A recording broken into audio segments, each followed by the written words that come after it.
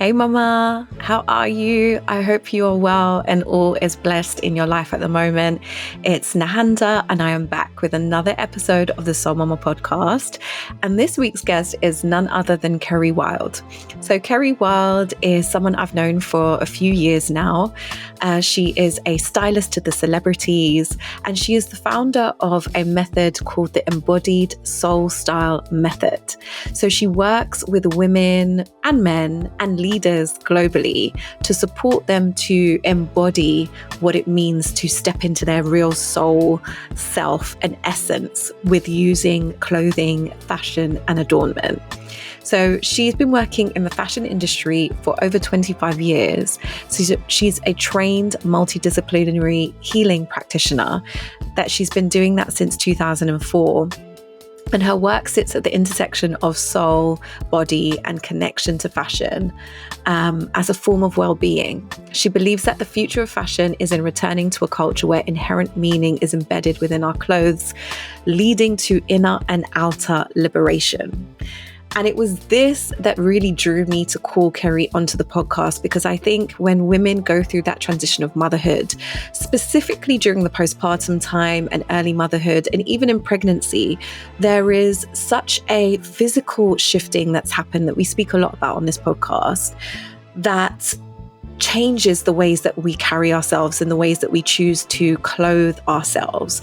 And it's often the case that women feel very frumpy or very unattractive or low in confidence because of all of these physical shifts that have changed in their bodies, and then not necessarily knowing how to clothe that new self.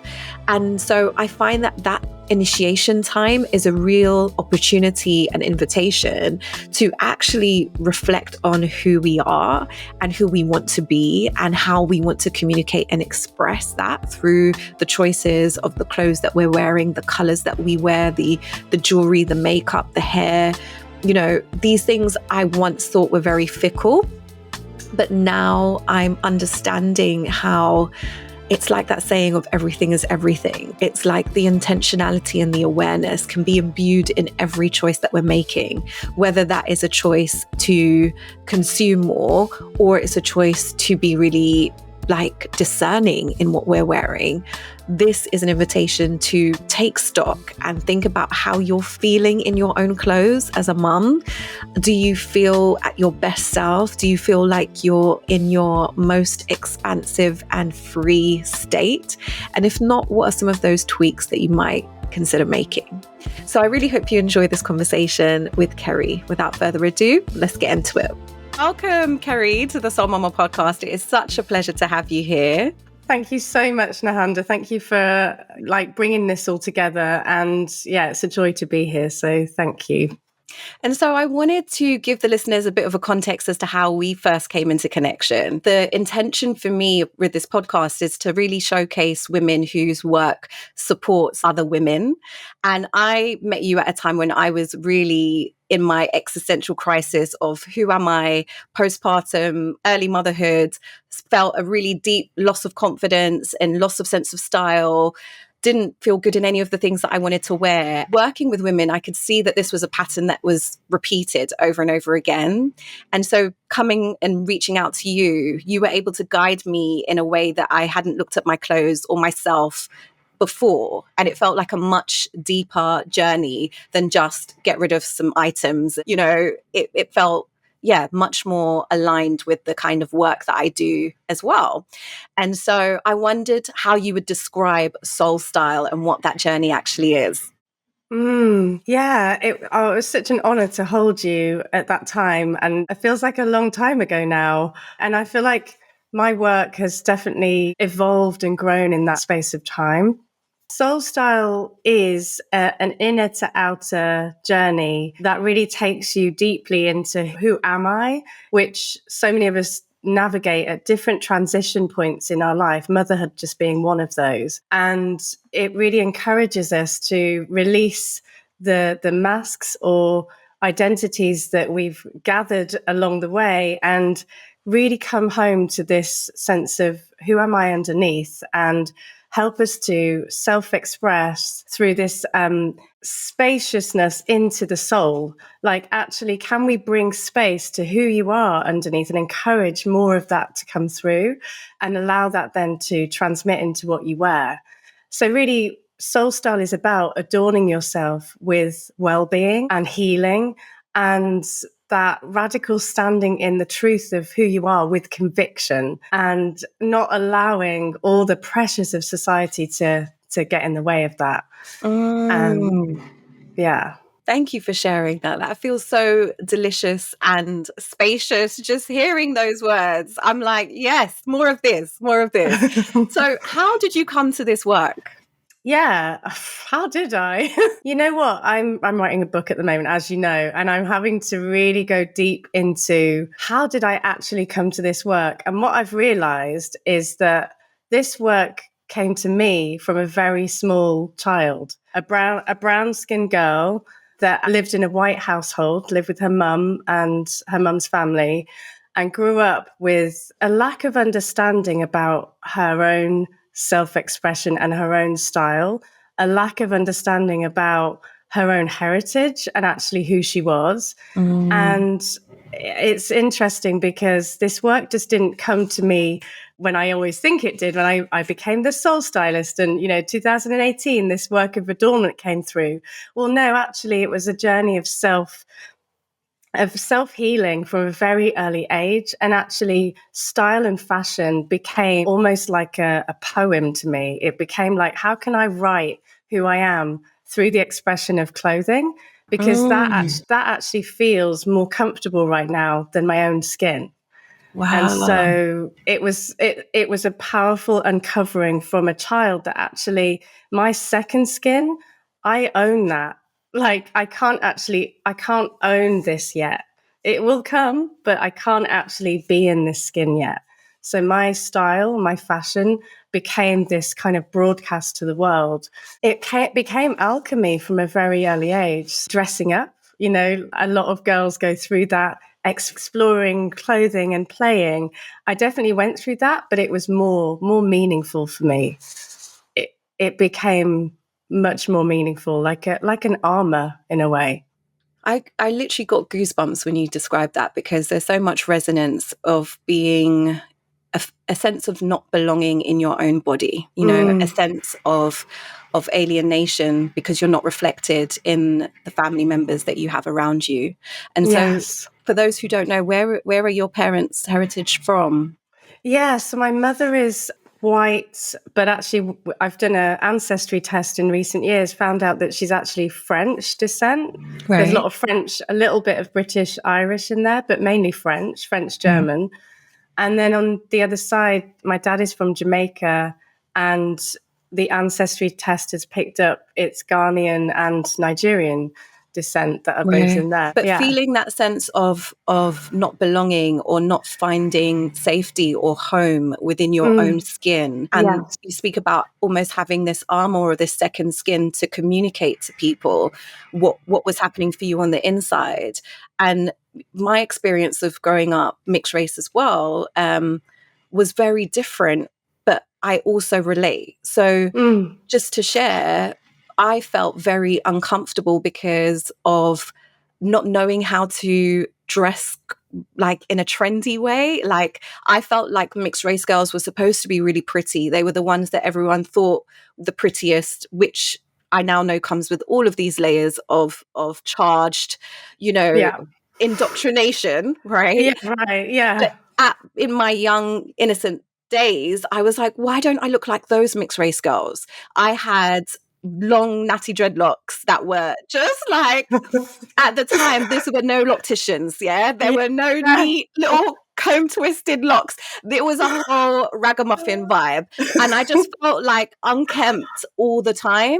And so I begged for a brush to try and slick the frizz down from the locks, right? And my mum was like, no, this is the whole point, it's not about vanity. And so I feel like there's a whole book in this, because so much of that sense of rejection of vanity Yeah. really led into my understanding of what my role and responsibility was as a modest young Rasta girl, right? It's like, you're not supposed to be drawing attention to you. You're not supposed to be making yourself more attractive or more temptation to someone else from the opposite gender. And so I was wearing really long, modest skirts from a really young age. And now it's only having this conversation, I'm thinking, my husband's always telling me, like, you can do more. Like, you can change this. You can challenge this. And I'm always like, wow, I'm kind of still stuck in that of almost hiding. And so it's really fascinating to think about how much of our style and how much of our expression is rooted in whatever childhood experiences we're all coming from, right? Yeah, it really, really is. Yeah, it's rooted, when we think about that developmental habitual patterning that we have, or shaping that we have as a child, style and fashion is a massive part of that shaping. And whatever codes we received from, our peers, authority figures, our parents, it becomes our shaping. So therefore, whatever we're wearing now, whatever is in your wardrobe, is a direct reflection of whatever you've experienced in life. And so, if it kind of doesn't feel resonant to now, well, maybe it's because the habitual way in which you have dressed is coming from a place in your past where it didn't feel safe enough to wear the color red, for instance. It didn't feel safe enough to wear a skirt any shorter. And now when we see that reflected, we can see that how that shows up in our now. And so when you had these early forays into expression or armoring as the language that you used, how was that received? How did your family and others receive those attempts from that young age? There was a fight. There was a fight to wear these things. My mum wanted me to dress in a kind of conservative, I don't know, I don't want to say white girl way, but it was like this, fit in, basically. That was the coding. And I wanted to not fit in. I wanted to wear the bright colors and the rah-rah skirts because I was an 80s kid, right? So it was all about bright colors and I wanted to stand out. And she was like, well, can we just tone that down? Let's try and go for this color, the navy blue. And I was like, I want the bright red. And it was like, let's just switch that into that. That's more practical. That was always the word. That's more practical. And that practicality led to a lot of fights in stores with my mum. From an early age, I was like, but I want it. I don't understand. A lot of tears, a lot of, I think, rebellion in my teenage years, because I was then like, I worked in fashion. I worked in high street stores as a Saturday girl, and I could then go wild. I was like, okay, you said no My by time. then. This is my time. This is my era. I reclaimed that. I'm sure much to her shock and horror. How did she respond at that time? Yeah, there was a lot of like, really? Are you really serious? I was like, yeah. I'll be back on time. I can see it now. But even then, just touching on the battle between mother and daughter in shaping identities, especially in that adolescent stage of coming into womanhood and noticing the changes in your body at that stage and what reaction or not that has, and how you're perceived in the world. It's such a rites of passage in going from being dressed or being told how to dress to then stepping into, this is how I want to adorn and dress myself. And so that, like you describe, is one of those archetypal moments in a woman's life around clothing and around image. Bringing us back to motherhood, I feel like that's like the next big one, because not only are we going through that massive shift in terms of pregnancy and maternity wear and how do I look good in my pregnant self, but then postpartum there's almost like this, it's like a shedding and a letting go of priorities out of necessity. And, and I think back to those postpartum days and early motherhood days when my kids were really young, it was a win if I creamed my face that day. There was no self-care. There was no rituals. There was no time and effort poured back into me and to my physical self and my appearance, because the priority was them, right? Yeah. And that Yes. then gets reflected in the fact that you're wearing big jumpers and leggings and just whatever's comfortable and easy to breastfeed, and it can feel like a real dampening of your expression. But also I remember feeling like, well, there's nowhere to go. Like, I'm not going anywhere. So if I'm just going to the shops with my baby, I don't need to dress up to do that. If it's going to be impractical or more effort, I'm just going to wear what I've been wearing to the shops. And I look at some women now, in their hair bonnets and flip flops, and I'm like, no judgment, because you don't know what you've had to navigate to even get out of the house that day, right? So Exactly. there's no guilt, there's no shame about that time, because No. we do what we do to get through. Yeah. But it felt like that. And it looked like what I was going through. When people say, like, you look like what you're going through or what you've been through, like, I felt like I did, right? I was exuding that vibe of, I am a tired new mum. Like, please, like, Yeah. save me, right? But then there's a chance, once the kids are starting to get a little bit older and perhaps you're coming back into more movement and your body's coming back into itself, that there is a space again to relook at, like, okay, past this point, where am I now? And that was the point that I came to you at, was like, okay, I don't want to hold on to, 5 pairs of big jumpers and leggings. I really do want to get back into expressing myself through my clothing. But I wondered for you how motherhood shifted your identity and your approach to your clothing and your adornment. Yeah, my first child came quick. I was still on the dance floor, practically in heels and a tight dress. And literally, I had him the next year. It was like, Wow. done. Met the partner. Let's get it on. Let's go. So within 6 months of meeting my partner, I was pregnant. So Right. it was a whirlwind. And I feel like becoming a mother was a huge transition for me bodily. Like, I was not connected in a earth mother kind of way at all. I was a party girl and a corporate working woman slash healer. So I always had straddled both these things in my world. But even though I was a healer, I wasn't embodied. So I was still going out, looking for my man, putting the heels on, like wanting to just experience life. And I don't regret any of those times, but I was escaping as well. And so a part of the journey of becoming a mother for me, and the reason why some of the pieces that I learned during that time in terms of the masks I was wearing, is that they all fell away as soon as I started to grow a bump. It was like all of these, things that I had on that were really like body hugging, and I felt so confident, just all of that began to shed. And I was like, what is happening to my body? And I can say that I had lived most of my life up here. I was that kind of career woman, and I was living from this mental plane a lot of my time, which is why, having experienced that fully and lived that experience, I can feel what that feels like in my body. And to actually then be catapulted, what it felt like, back into my body and the earth. And wow, this reality was a whole massive experience for me. Yeah. And birthing my son, I couldn't fit into all of my clothes, like none of it. So I became a different Kerry. It was like, that one is gone now. And I Yeah. remember just crying, and the amount of grief at all of those beautiful clothes, because I'd worked in fashion all my life. And there was no rush necessarily to get back into the old me, but there was just this grief that I was a different shape. I was a different person. The priority wasn't me anymore. I decentered myself by having a child. So it was about them. I think the shedding process for me was specifically around fast fashion.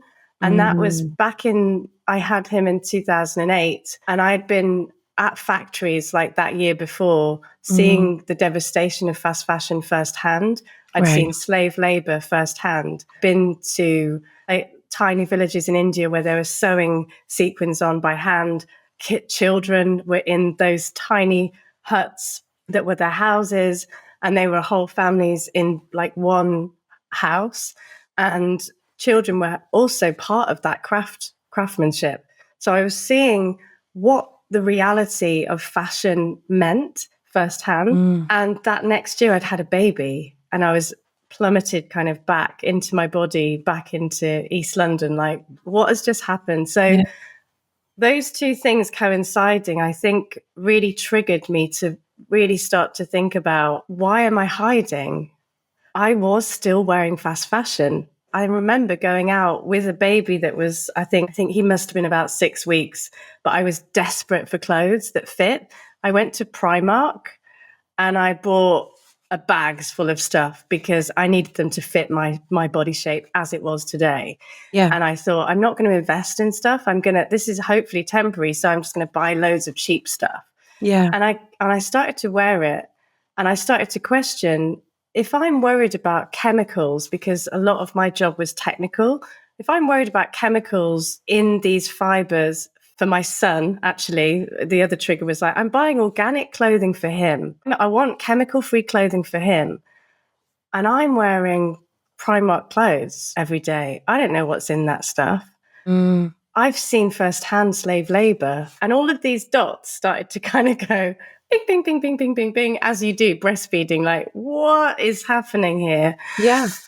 And that was, for me, that was like the shedding process was like, I've got to release this attachment to this. And I don't know how right now, but that was the enlightenment, I guess, at that point of breastfeeding every day and just thinking and reflecting and like being in my body again. Wow.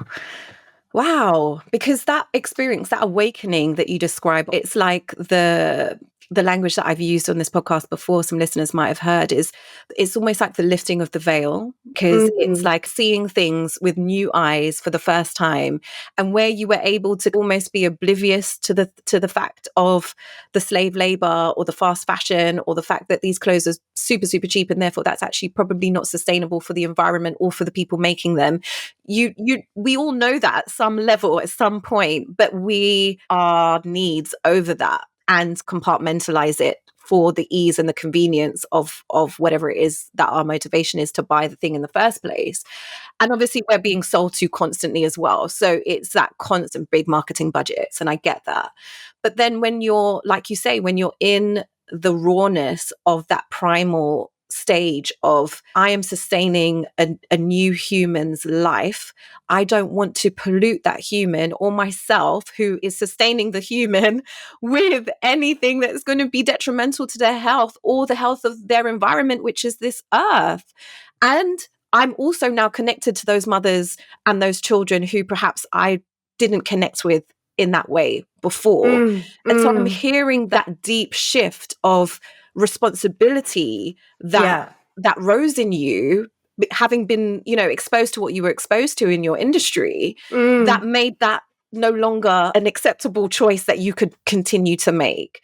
And I think that's a unique path, because not many people have seen that firsthand or have had those experiences where they've actually connected the clothes that they're wearing to the environments and the circumstances that they actually came from. And I think that's now such a big piece of your work around the ethics and the sustainability of things. How does that continue to feed and to flow into your work?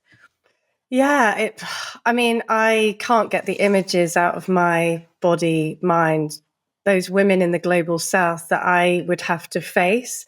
And in a superior way, because I was working for a retailer and the brands that were oppressing them. And so I had to stand in a kind of an authority way and look these women in the eyes. And I could just feel it in my body, the kind of the misogyny of the whole situation, the kind of Me Too between the lines. Like, this place wasn't a safe space for women. They were not getting treated by, the doctors when they needed it. Sometimes people would have to bring children in to work. I didn't do all of the ethical side of the factory evaluation, but I would see it firsthand. And actually, you can't get that out of your body once you've seen that and been a part of it. and been a part of the system because I was a cog in that wheel. And so the way it feeds into my work is by bringing awareness to individual clients and, awareness on how clothing is made, allowing them to see through my eyes as a technical person that is a technical about clothing, how fabric works on your skin, actually what colors are aligned for you. And that's a styling tool. So I'm a trained stylist as well. So it's really all of these things that bring more awareness into you consciously buying rather than unconsciously purchasing, because I feel it's education and lack of intelligence around fashion and clothes, which means that we buy things that we don't really understand. We don't know where it's come from. We're not challenging the fabric. We're not saying this isn't well made, that's not going to last well. So actually having somebody that has, an expert point of view on that can really help offer you that education and bring more awareness to what you are actually buying. So yeah, it really feeds into my work now. That people aren't buying unconsciously, because I think we all have a responsibility to change the system of fashion. And to own the parts that we're playing, whether we realized it or not. Once you become aware, it's like, because I will still get things from Primark, and I guess my justification is cost and price. And I remember when we worked together and you suggested some pieces and I was like, wow, I've never spent that much on one item before. Like in my mind, there was just a barrier around putting that much into clothing. And so I don't know if I speak for a lot of women who have that hang up as well, but I think my response was to just not buy, right? It was like, I don't want to consume unnecessarily, so I will just make do with everything that I've got. And I almost took it on as like a badge of pride that I, can now still fit into the clothes that I've had for 20 years, but they are very worn and very tired, and color wise they're not what they were. Shape wise they probably dropped a lot of that quality, and it's because I didn't invest in pieces thinking about them for 20 years in the first place. I was still buying things based off of price point and not based off of quality or longevity. And so I think just even the paradigm shift around how we invest in clothing is a really big piece, because it again reflects our values and our understanding on our parts to play in the whole ecosystem.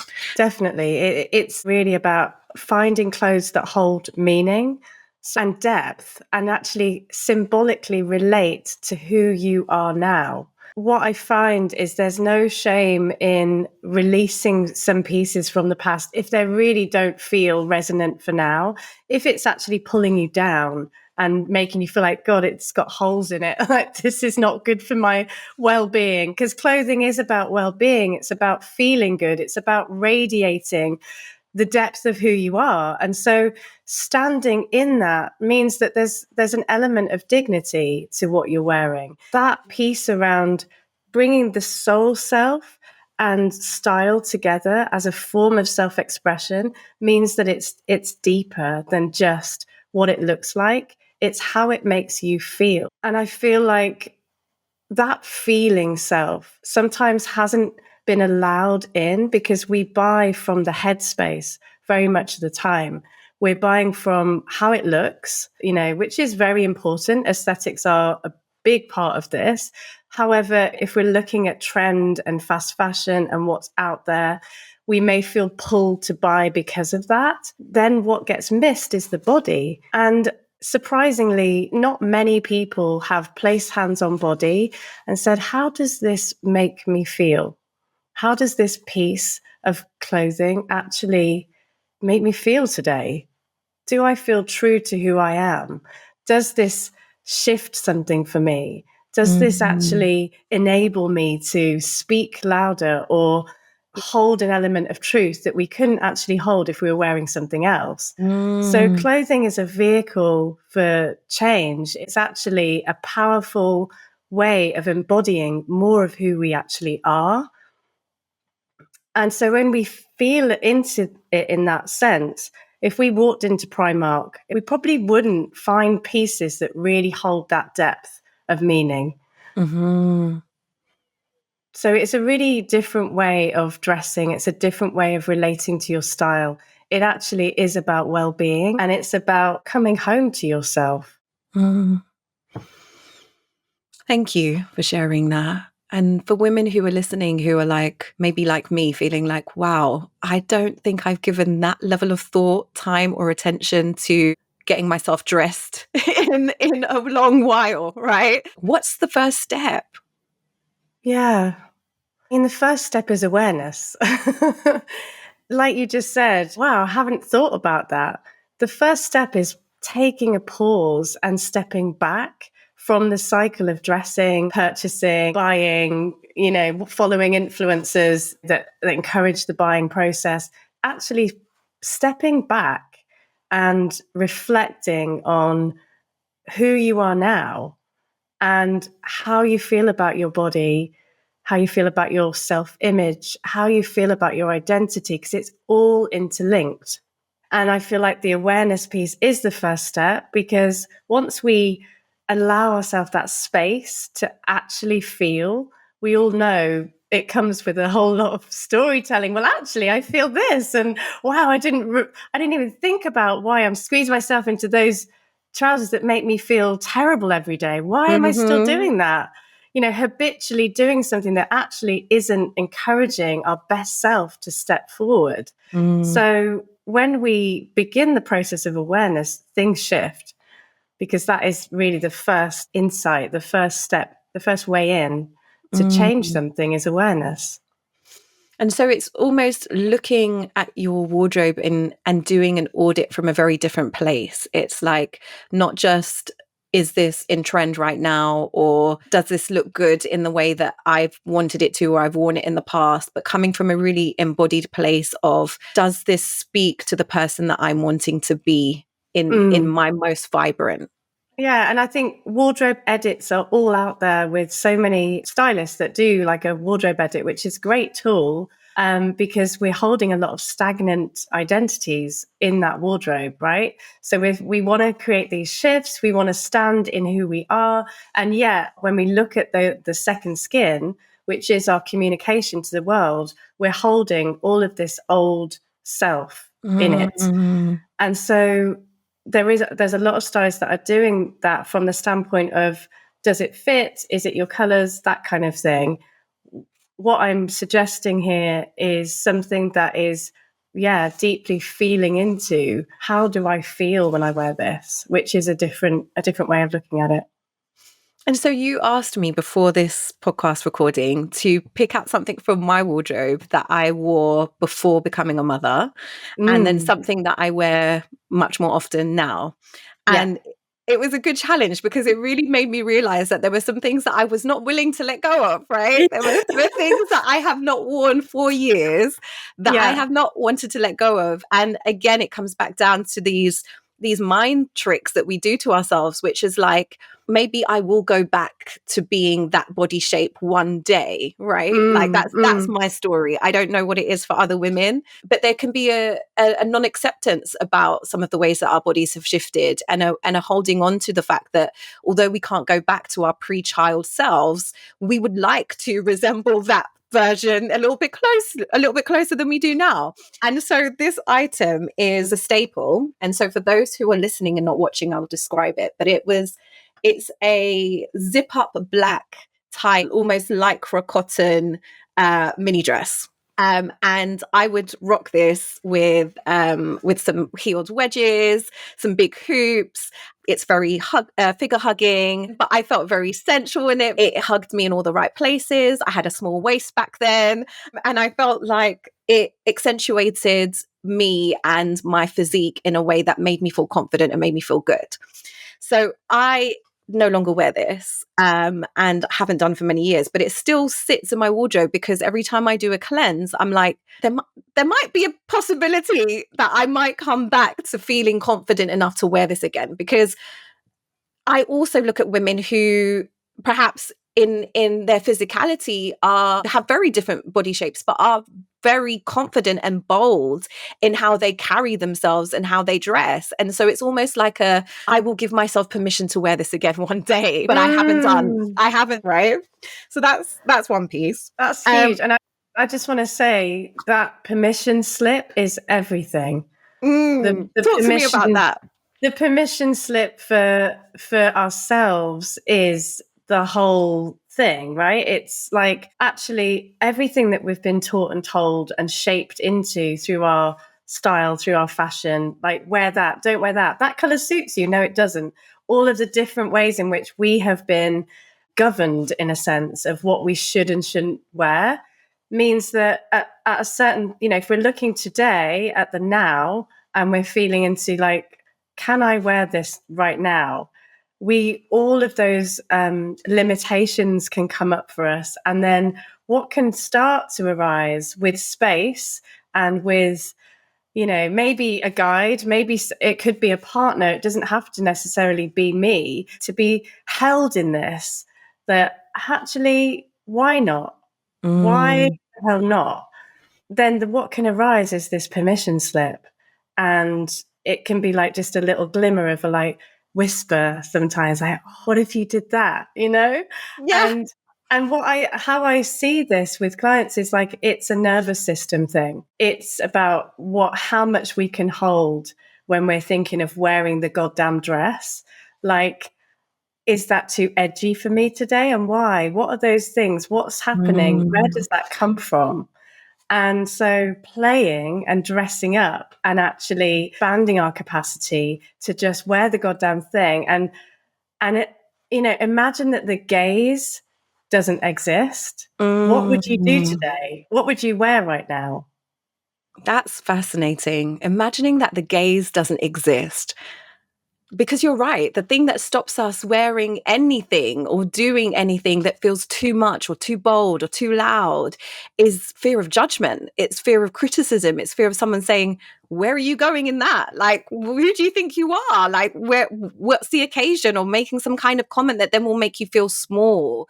Yeah. And it's so interesting how much of that, when you describe like it's a nervous system experience, it's so true because you embody your clothes differently at different stages of life, right? And so there for me was an awareness, perhaps without even making that clear.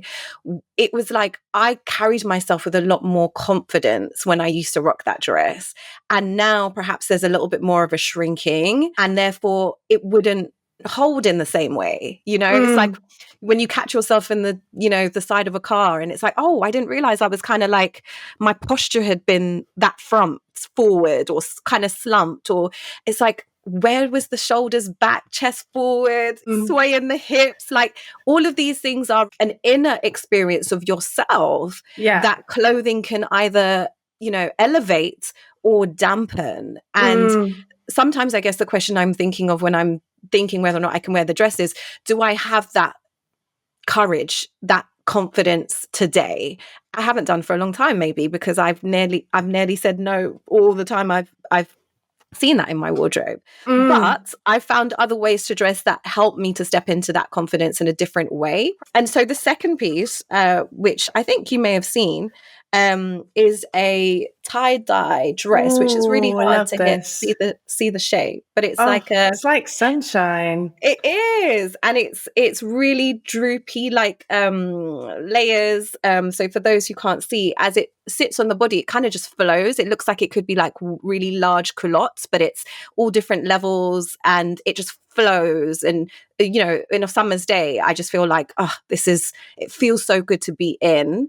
That's so your color as well. It's so like sort of warm, and it just feels very you in the color expression. Yeah, I love it. Oh, thank you. And so that also shape-wise is very flattering, because whether I'm feeling bloated or I'm feeling a little bit heavy or whatever, that dress will hide everything and will just glide. But then I don't know if you would hold that as hiding, or I don't know where it sits on the spectrum. I'm quite interested to hear your analysis on it. No, not at all. Like anything that makes you feel comfortable and makes you feel good. If it's a scruffy pair of Levi's jeans that you've had for 30 years, and then I don't know, a silk vest, or whatever the combination is, it's not about exactly what the piece is. It's this depth of how it makes you feel. And the fine tuning to that is around color and shape and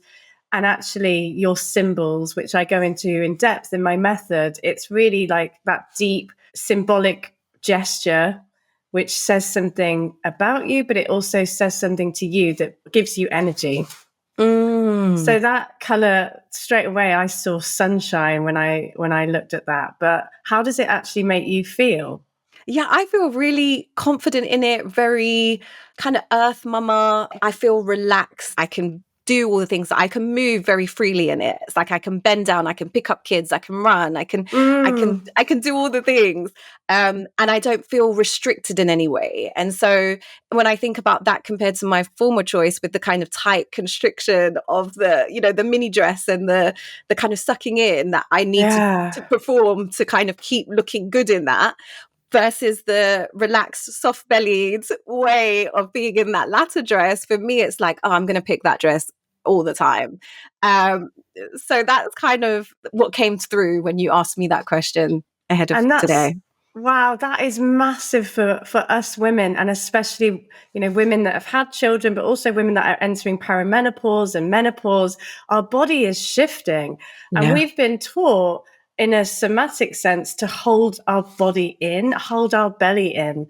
What if we just let that out? What if we just let go of all of that way of performing this perfect, what we deem as the perfect body in our society? What if the perfect body is actually exactly as it is right now? And our uniqueness, actually all of those shapes and curves and nooks and crannies, the practices that are a part of my work are actually deepening our connection to really loving all of ourselves in our body image, because we've been taught how not to love that reflection, and to reject and to restrict and to force it into these shapes that don't fit it or make it feel comfortable. Even in that question, I was thinking about the heels that I've got in the bottom of my drawer that I've not worn since becoming a mom, practically, because I don't want to try and squeeze them into these tiny heels anymore. But also because I'm like, why did I do that to myself in the first place? Like, what was clearly uncomfortable to an esteem of beauty, to meet somebody's gaze that I really shouldn't even be caring that much about, right? Like, I'm not judging women who wear heels. Like, some women rock heels amazingly and it looks amazing and it makes them feel badass and great for them. But I am not there and haven't been there for a very, very long time. And so, these pieces, they stay in our closet, they stay in our wardrobe, just sitting there and waiting for that day. If that day isn't going to come, I say move it along. Right. To allow the space for things that do create freedom. The word that came up when you said about that dress, the yellow dress, was all about freedom of movement, freedom. I don't have to pretend. I don't have to perform. Like, imagine feeling that with every piece that was in your collection. Yes. That's what's possible. And so speak me through what you're wearing today, because you're wearing a beautiful dress, which I've seen you do lots of movement, flowing, embodied practices with online. What are you wearing and why did you choose it?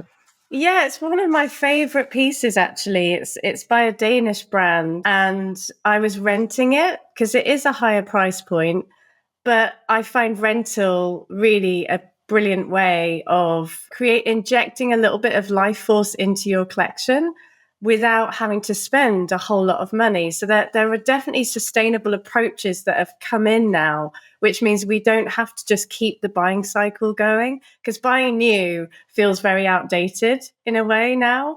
Actually, there are so many ways of curating clothing, which feels like we're actually curating a collection. I always think about like curating an art collection, where we would really consider exactly what we're bringing into that collection. And so that same consideration, the process of rental just means you can explore different things, different shapes, different styles, try it on for size and then see how it fits. So this was actually a rental piece. And then I bought it because you can rent and then you can buy after when you love it, you can actually buy it from some platforms. Right. So this piece is ice blue and I just love this color. It just feels like the sky to me. It feels like it sets the tone of communication. It's got summer about it. It's got that kind of clear blue sky in summertime that's reflecting the sunlight. And so it just exudes that for me. And it's got a clarity to the color. So the beauty of it, it's got this big ruffle. It's made in nylon. In a blended household, we have 4 children 50% of the time. And then the other half of the week, we have my 2 children. So we are in a big household with loads of kids and loads of washing. I'm just washing all the time. So this is made from nylon. And although that isn't a sustainable fabric, it's not a natural fiber, it's something I can chuck in the washing machine and get out. I don't have to iron it. I hang it up. I give it a shake and it's like beautiful. So it's one of those pieces that just lasts. And I think I'll own it forever. It's got a huge ruffle that starts at the left-hand side and ruffles all the way down to the hem. And that ruffle for me ignites playful, childlike wonder. It actually is about the rah-rah skirt that I begged my mum. I did get a rah-rah in the end. Don't worry, everybody. I did manage to persuade her to get me the rah-rah skirt. But it feels like a giant rah-rah. So it has that poofy energy that makes me just want to kind of move and shake and dance around the house, which is probably why you've seen me on Instagram shaking it. It feels, so the silhouette is actually, again, flowing. It's not body hugging. And I'm a perimenopausal woman. My body is shape-shifting every single month. It feels like this allows me to do that and feel that sense of freedom, feel that movement, and still feel really elevated. So I bloody love this dress. It's gorgeous. Thank you. And then my earrings, for me, adornment is about everything I wear. It's not just about jewelry, which is how very much it's been kind of put out there in the collective. Adornment is about everything that touches our skin. And so I have tattoos as well that signify symbols to me, but also I'm wearing earrings that my partner bought and they have symbols that mean something to both of us. Wow. So they're very symbolic and it feels like he's with me today wearing these. That's gorgeous. So yeah, that's what I'm wearing today. On my rail, I've got some of my real favorite pieces about Soul Style. Like I've got a jacket. This piece is talking to me about awakening and it's talking about my divorce. And so a really big part of releasing my masks fully was burning my wedding dress and in a fire pit outside my house. And it was such a release of identity to actually set fire to that goddamn thing and come home to the woman that I actually am. This jacket was a piece that in my marriage, I found it in an antique fair and I thought it was a rug. And I had that similar theme of bartering with my husband at the time. Oh, I really want this thing. And he wouldn't give me the money. So it was like, it was this real thing around, I really want to wear and express. Like, I couldn't believe it was a coat because it's tapestry, like full tapestry. Wow. And it's got these huge flowers all over it. And it's like these colors, it just reminds me of being in nature. Wow. And we'd moved from London. Japanese. It's got a Japanese vibe. It does. When I put it on, I feel like I'm wearing the whole of the countryside. And we'd just moved from London to the countryside.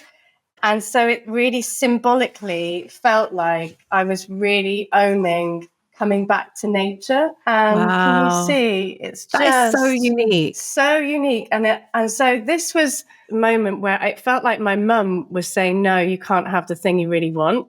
Eventually, I got the goddamn thing. You got it. I got it.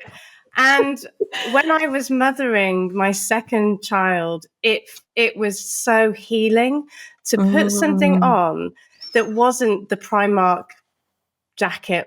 It's like a kimono style coat, but it felt so elevated. And I would be, with my pram, with my dog. I became a single mum when my child was still 1 year old. But when I put this coat on, it felt like the whole of nature was holding me in this vibration of and Mm. so it's such a meaningful piece. It symbolizes freedom. It symbolizes nature and being held. And it came at a time when I was moving through a big transition of releasing a partnership and stepping into being a single mum. So, Gosh, what a powerful, powerful piece, and what a powerful testimony to the healing power of clothes and fabric, and moving us from a place where we don't want to be, where we're feeling stuck, where we're feeling less than, moving us to that place of freedom and yeah, expansion. And yes. it's coming to me how so many women that I've seen go through that kind of what I call the glow up has Yeah. been, on the back of a loss, whether it's a loss through death or a loss through a separation or a divorce.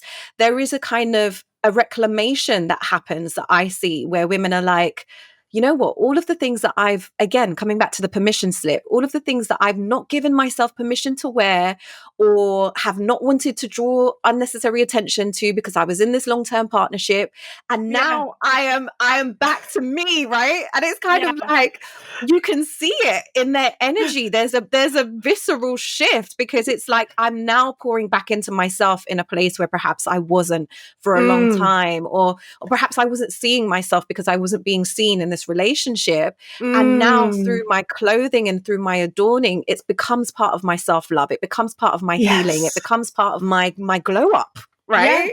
And Yes. the thing that's coming through for me is like how many of us as mothers might not need to be ending a relationship, but need to be breaking up with certain limiting beliefs about ourselves, breaking up with those ideas that don't serve us, breaking up with those versions of ourselves or those stories about ourselves that don't support us in being the women and the mothers that we actually came here to be. Like, Exactly. if we were to break up with those, how would that shift the ways that we then embody ourselves and choose to adorn and choose to dress and choose to experience clothing in a way that can be part of that inner to outer transformation? Totally. Yes, sing it, sister. Spread that word because I'm feeling it. we all have this opportunity. It doesn't have to take us to go through a messy divorce. It doesn't have to take us to even, give birth. It can happen right here and now because it's about us giving permission for us to birth ourselves to the world. So it's about you and the conversations that you're having in those quiet spaces when no one's looking, when you're home alone, when you're dressing in the morning. These are the times when we want to kind of really get in there with this awareness piece on why am I wearing this and how does it make me feel? Mm. Thank you, Kerry, because I think for such a long time, I've had this judgment around fashion as being something really superficial and non-important on a spiritual healing path. It's like, again, probably coming back to my youth and the rejection of vanity and the rejection of consumerism and capitalism and the system and all of these things. And so for me, it was like actually not caring about my appearance makes me perhaps more spiritually virtuous, right? Because I don't care about those things. Now, what I'm hearing is that actually it can be a very deep, soulful, healing, transformative process to really give time and attention into this second skin, as you call it, into how we express, how we show up, how we communicate with ourselves and with those around us. And I'm loving that because I feel like I've gone away with that affirmation and that permission to be like, no, it does matter. it matters if you choose it to matter. If you choose to pour intention into it, then it becomes something that can also be an extension of your spirituality. Yes. So thank you. Thank you for that. Oh, yeah. And for women who are wanting to know more, obviously you're writing a book at the moment, which I'm super excited about and so happy for you. Yeah. How is the book process going and the writing process? When can we see it on our shelves? And where can women find you and connect with you? Yeah, the book is really to make this work accessible. The intention around the book is to channel all of the method into this place where you can actually do this work yourself, and so that you can actually have this kind of reflection space to really tune into what this deeper sense of fashion and well-being is, and bridging these two worlds that may they coexist. And so can we unify them in your world? Like you said, the spiritual woman over here and the fashion of here, that was totally me. I mean, to the point where I had a fashion career and I was a spiritual woman that was also a healer. And then finally these worlds came together. So a lot of the book will be about my story. And yet I have a book doula, an amazing book doula, and she is holding me in this process at the moment. Yes, she's incredible. So thank you, Somalia. I just have to say thank you for holding me in this. And if anybody knows any publishers, do send them my way. It's the next thing to really look for a publisher that's truly aligned to this work. And then, how can women work with me? So I have a website. You can find me at kerrywilde.com. I've got a 1-day soul style strategy, which it runs over 1 day, but I work for you in 1 day. So we look at your color analysis. We look at your body shape analysis through a progressive lens. I work with a lot of women and men of color because a lot of styling, actually foundations are rooted in that colonial lens again. So I'm really pushing the boundary to actually read from a place of diversity and inclusivity. So that's the 1-day strategy, which is more about practical styling. And then I also do a 3 or 6 month program, 1-to-1. So it goes very deep into self-expression, into why you're not showing up as fully as you want to be. I work with a lot of public figures, leaders, artists, influencers, to really help to really switch themselves on in a way, like bring their soul alive through what they wear, but also through their embodiment. So I'm convinced that I need to book in some more time with you after this conversation. So please also share your Instagram handles. Yeah, so it's the soul stylist __. And so I always leave with this lasting question, which is for women listening who perhaps aren't yet in that place of like full liberation around clothing and their bodies and their self-expression, what is the one thing that you would want them to know? That none of us are. That actually the work is always the work. No matter how much someone professes to be fully confident and liberated, there's still a process around that. There's still going to be, whether that's a minute 30-second process or whether that's like a full, daily practice, or when things come up as and when, the work is always working. And as soon as you think you're done and you're liberated, there's going to be a little bit more to like test that. So I feel like be easy, be gentle on you. Wherever you are right now is good enough. Like, we can always think that we have to do better, be better. I think awareness is that first piece, and actually finding that connection to your body and connection to your soul, and understanding the workings of the limits in the mind, but also what is possible through the mind. That can really help us in terms of what we wear and how we feel in what we wear. So, for me, I think you're okay where you are, and there's always work to do. I'm still doing the work. My colleagues in well-being and fashion and somatics, in all the areas that I straddle, are all still doing, an amount of self-development. So I feel like we're never necessarily there, but there's always that opportunity to feel into more of that. Thank you. And I look forward to the day when the Soul Style book and the Soul Mama book can be on shelves together. Yeah. Like, we need to do some sort of manifestation around that, because it's definitely so complementary, this process of introspection, reflection, and looking back over the things that we've collected, those stories, those limiting beliefs, those conditionings, those colonial ideals, and shedding of that, the releasing of that, so that you can embody more of who you are and who you came here to be. And so I thank you for your work, sis. It's been such a pleasure speaking with you today. It's been an honor. I've loved it. Thank you. And I look forward to more women embodying their soul style. Me too. Thank you so much for listening to that conversation between Kerry and I.